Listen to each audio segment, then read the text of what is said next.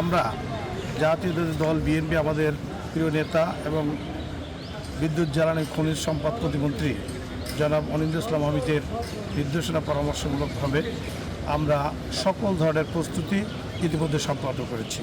প্রধানমন্ত্রী নির্বাচিত হয়ে প্রথমবারের মতো যশোরে যাচ্ছেন প্রধানমন্ত্রী তারেক রহমান। আগামীকাল ২৭ এপ্রিল তার সফর ঘিরে জেলায় চলছে ব্যাপক প্রস্তুতি।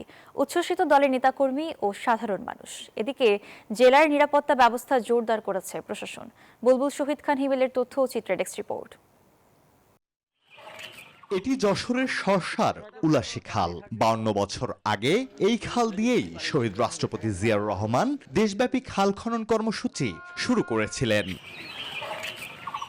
এবার যশোরে এসে এই উলাসী খালি পুনঃখনন করবেন প্রধানমন্ত্রী তারেক রহমান। তার আগমনকে ঘিরে উচ্ছ্বসিত নেতাকর্মী ও সাধারণ মানুষ।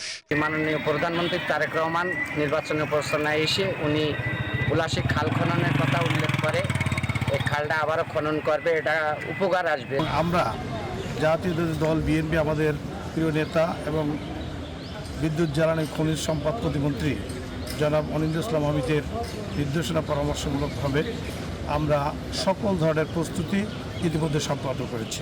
অপরদিকে ২০০৬ সালে যশোর মেডিকেল কলেজের ভিত্তিপ্রস্তর স্থাপন করেছিলেন তৎকালীন প্রধানমন্ত্রী বেগম খালেদা জিয়া।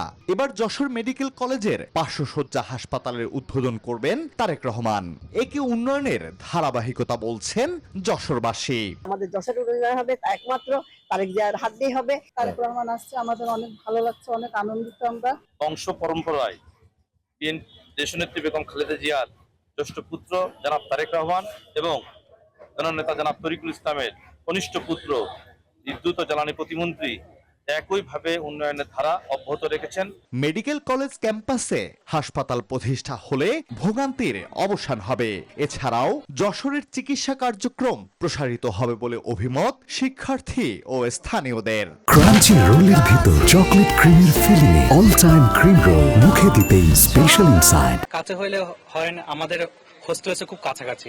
এখান থেকে আমরা যোগাযোগের সুবিধা হয়, আমরা আমাদের দূরত্বটা কমে আসলে আমাদের সময়ও বাঁচে। ৫০০ শয্যা বিশিষ্ট যে হাসপাতালে ভিত্তিপ্রস্তর স্থাপনের জন্য মাননীয় প্রধানমন্ত্রী যে যশোরে আসতেছে, এই সিদ্ধান্তকে আমরা স্বাগত জানাই এবং আমাদের যে এই দুর্ভোগটা অবশ্যই এই দুর্ভোগটা কম হবে। যদি ৫০০ শয্যা বিশিষ্ট মেডিকেল কলেজ হাসপাতালটি হয় তাহলে এই অঞ্চলের মানুষের চিকিৎসা সেবার মান অনেক বেড়ে যাবে। এছাড়াও এদিন যশোর ঈদগাহে জেলা বিএনপি আয়োজিত সমাবেশে যোগ দেবেন তারেক রহমান।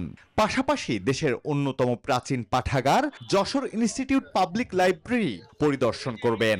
সফরকে কেন্দ্র করে আমরা ইতিমধ্যে প্রায় যাবতীয় প্রস্তুতি সম্পন্ন করেছি। আমরা ৪টা সভা করেছি, সামান্য সভাতে সকল বাহিনীর সদস্যরা ছিলেন, সাথে স্পেশাল সিকিউরিটি ফোর্সের সদস্যরাও ছিলেন। দলের নেতারা বলছেন নির্বাচনকালে যে প্রতিশ্রুতি তিনি যশোরবাসীকে দিয়েছিলেন তা বাস্তবায়ন করতে আসছেন তিনি।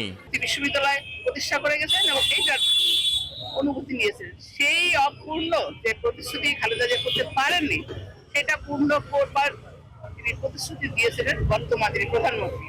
সেই শর্ত পূরণে মাত্র ২ মাসের মাথায় তিনি যশোরে আসছেন। এ জেলার উন্নয়নের সিংহভাগ বিএনপির শাসনামলে হয়েছে, এমনটাই মনে করেন যশোরবাসী। Desk report, news 24।